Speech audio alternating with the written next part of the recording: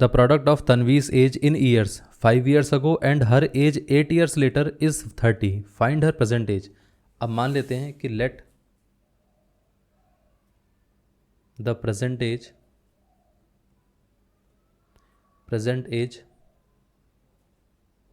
Of Tanvi be, यहाँ पर मान लेते हैं x ईयर्स है. इतना क्लियर है. अब उसने क्या कहा था कि 5 years ago, तो यहाँ पर 5 years ago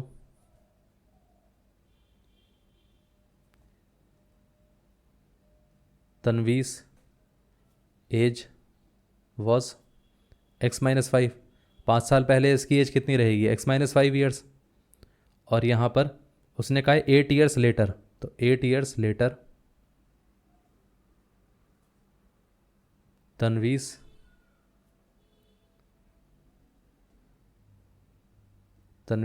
as is x+8. इतना ईयर्स है. अब 5 years ago और 8 years लेटर दोनों की एजेस का जो मल्टीप्लिकेशन है उसने कितना दिया था? x-5 into x+8. इन दोनों का जो मल्टीप्लिकेशन है उसने दे रखा है 30 है. अब इसको अगर मल्टीप्लाई करेंगे तो कितना आएगा? यह आ जाएगा x into x, x square. यह आ जाएगा माइनस का 5x and this one is plus का 8x. और 5 इंटू 8 कितना हो गया? माइनस का 40 हो गया. और यह आ जाएगा हमारे पास प्लस का 30. अब देखिए इस 30 को भी हम इस तरफ ले आएंगे तो यह आ जाएगा एक्स स्क्वायर. -5 + 8 कितना हो गया? प्लस का 3. और यह आ जाएगा माइनस का 70, क्योंकि माइनस का 40 ये भी इस तरफ आएगा तो माइनस का 30 बन जाएगा. अब देखिए इसको अगर हमें सॉल्व करना है तो हम डायरेक्टली बोल सकते हैं कि यहाँ पर इस टर्म को अगर हम यहाँ पर ऐसा लिखें प्लस का 10x माइनस का 7x और -70 और यहाँ पर ये कितना आ जाएगा? ये आ जाएगा एक्स स्क्वायर इज 0 आ जाएगा. हमने ऐसा क्यों किया? क्योंकि 10 और -7 को ऐड करेंगे तो प्लस का 3 आएगा, इनको मल्टीप्लाई करेंगे तो माइनस का 70 आएगा. और हमें ऐसे ही नंबर्स में स्प्लिट करना था जिनका सम ये रहेगा और प्रोडक्ट ये होना चाहिए. तो यहाँ से अब हम एक काम करते कॉमन ले लेते हैं. तो इन दोनों में से x कॉमन ले लेंगे तो यहाँ पर बचेगा x और यहाँ से क्या बचेगा? 10. इसमें से माइनस का 7 कॉमन ले लेंगे तो यहाँ से बचेगा x और यहाँ से बचेगा प्लस का 10 इज 0. अब पूरे में हम ऐसा कर सकते हैं कि x + 10 हमारे पास कॉमन आ जाएगा. तो यहाँ से बचेगा हमारे पास x और यहाँ से बचेगा माइनस का 7 इज 0.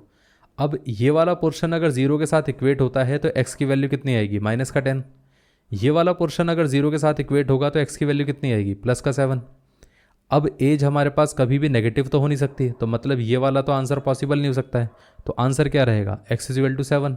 तो मतलब हम ऐसा बोल सकते हैं ना कि सो हर प्रेजेंट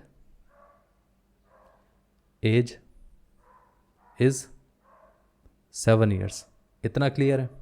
तो ये हमारा आंसर है.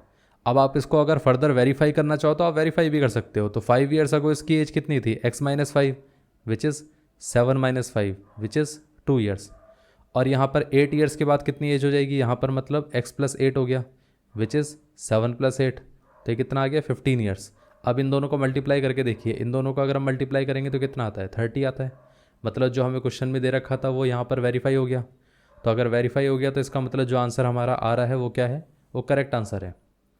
लेकिन अगर आप वेरीफाई नहीं करना चाहते हो तो इतने में ही छोड़ दो, क्योंकि ये चीज़ करके दिखानी नहीं है. ये आपको खुद से वेरीफाई इसलिए करना है कि अगर आपको कभी लगे एग्जाम में कि आपका आंसर गलत आ रहा है तो आप वेरीफाई कर लो, वरना इतने में ही आप आंसर छोड़ दो, कोई दिक्कत नहीं है, यही आपका आंसर आ जाएगा.